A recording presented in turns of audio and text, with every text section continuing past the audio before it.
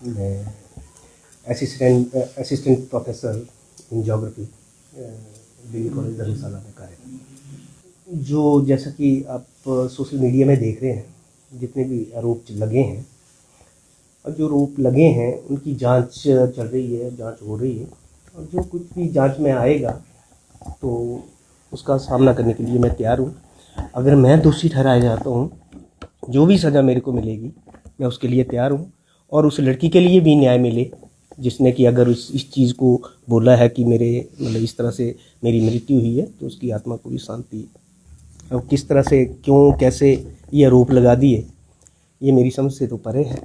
अब पता नहीं उन्होंने किस बेस पे लगाए होंगे। जो जांच आएगी उस जांच में पता चल जाएगा। आप के ऊपर और जो कॉलेज की 3 अन्य छात्राएं उनके ऊपर एफआईआर दर्ज की है पुलिस ने, तो आपने इस मामले में एंटिसिपेटरी बेल आपने अप्लाई किया था, आपको मिल चुकी है? कब मिल चुकी है सर।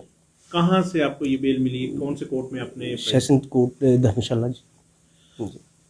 तो अगर बात करें तो अभी सरकार ने जो है आपको निलंबित भी जो है वो कर दिया है, उसके ऊपर आपकी क्या प्रतिक्रिया है?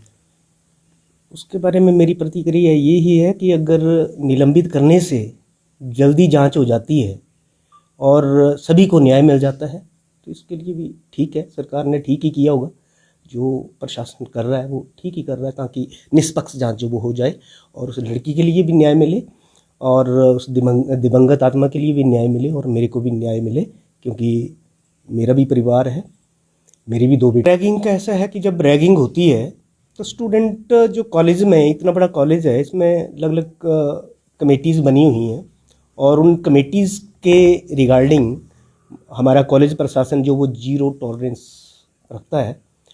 और अगर उनको लगता था कि मेरी रैगिंग हुई है, किसी लड़की ने उस लड़की को प्रताड़ित किया है, तो उनका बनता था कि वह मतलब जो रैगिंग कमेटी है या सेक्सुअल हरासमेंट का है, उनसे वे कंप्लेंट करते, ताकि वह मतलब कॉलेज प्रशासन तक वह चीज़ आती और एक्शन लिया जाता। अगर वो चीज़ आई नहीं, मतलब उन्होंने पेश ही नहीं किया या कोई कंप्लेंट ही नहीं की, तो अब ऐसे कैसे किसी को क्या पता लगना कौन कैसा है, क्योंकि यहाँ पे हज़ारों की तादाद में स्टूडेंट पढ़ रहे हैं। तो अब कौन क्या कर रहा है, कौन नहीं कर रहा है, तो वो तो तभी पता चलेगा जब उसकी मतलब कोई कंप्लेंट करे। तो बीमार होने के बाद उन्होंने एक बार, उसके पापा ने फ़ोन किया था कि मेरी बेटी को मतलब ये डिप्रेशन में चली गई है और मतलब इस तरह से बीमार है, और अगर कुछ हो गया तो मैं छोड़ूंगा नहीं। और मैंने कहा जी देखिए कि चलो वो तो चली गई होगी, हम तो जल्दी कामना करते हैं। मैंने बोला कि ठीक हो जाए, लेकिन मैं नहीं पढ़ाता हूँ उसको। मतलब जब उन्होंने फ़ोन किया, इस सेशन की बात है, मैंने कहा सर वो मेरी स्टूडेंट नहीं है, मैं उसको नहीं पढ़ाता हूँ। तो बोलते कि उनका फ़ोन नंबर दीजिए। मैंने कहा जी कोई नहीं, मैं फ़ोन नंबर दे दूँगा, कोई बात नहीं। फिर मैंने बाद में बात देता हूँ, क्योंकि मैं बाहर था। और फिर जब उनसे मैंने संपर्क साधा, जो दूसरे टीचर थे, मैंने कहा कि ऐसे ऐसे है भाई, सेकंड ईयर की स्टूडेंट है वो और ऐसे ऐसे फ़ोन कर रही है।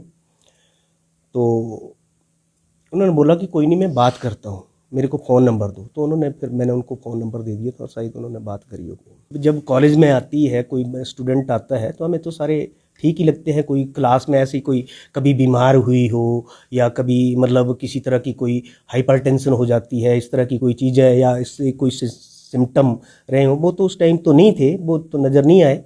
तो मतलब उस टाइम तो नहीं थे। लेकिन अगर जहाँ तक कि आप मेरे से ये पूछ रहे हैं कि आपका ही क्यों नाम है, तो मुझे लगता है कि वो रिज़ल्ट जैसे निकला था फेल हो गई होगी, तो उसको टेंशन होगी।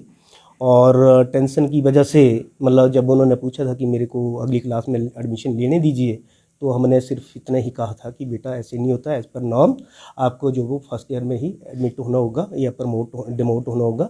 जैसे ही आप बात कर रहे हैं रिवैल्यूएशन की, तो जैसे रिजल्ट रिवैल्यूएशन का आ जाएगा तो आप ऑटोमेटिकली प्रमोट हो जाए।